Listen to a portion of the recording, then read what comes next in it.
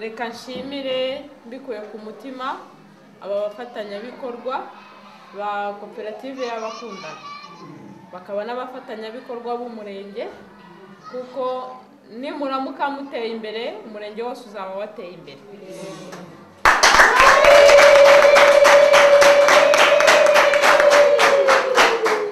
Nimuramuka mugeze ku byiza musabisangiza n'abandi, abakunda ibyiza nabo babarebereho babakopere mu byiza. Numva rero ni ikintu gikomeye nyakubahwa tubakesha.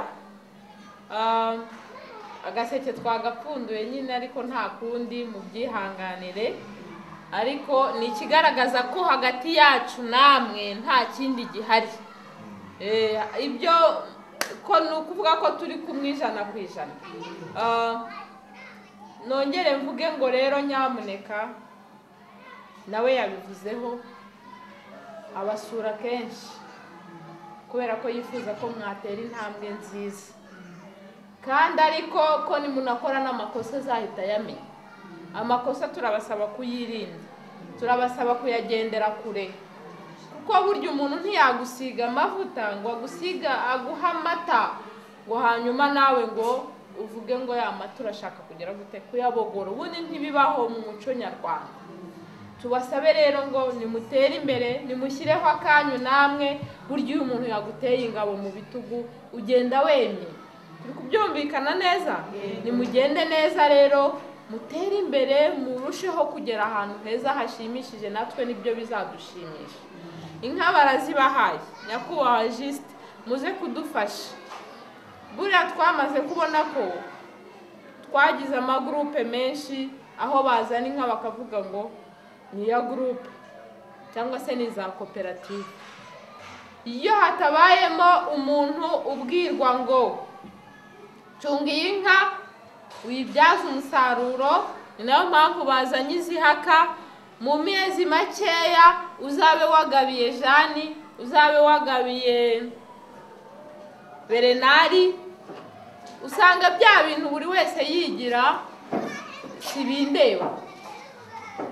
Kubyumvikanaho ugasanga bya bintu aho kujya guhereza yanka ubwatsi ukavuga ati puti nifitiye kujya gusoroma isombe, yankeje ugasanga igize gute irananutse, iraye ubusa, ibuze uyikura mu gisogororo, ugasanga wa musaruro twari tuyitezeho ntigize gute ni utanze. Nge numva ibyiza rero ni igitekerezo cyanjye, baramutse bavuze ngo tugiye kureba umuntu ubanza gufata iyi nka kubera ko afite ibi byamufasha, byenda afite ikiraro, afite aho yakura ubwatsi, inka ya mbere izavukaho uzayigabira runaka. Mwashaka mugakora urutonde rw'uburyo yanka izagenda igera kuri ba bantu bose. Icyo gihe nanjye izageraho bwa gatatu ncunga ko wa wundi wayihawe bwa kabiri ayifashe neza kugira ngo nanjye ntazagera gute ntazahomberamo sheni ikaba iracitse.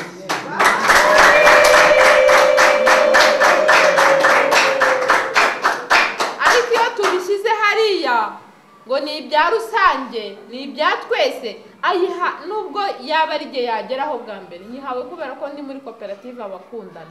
Tukumvikana neza?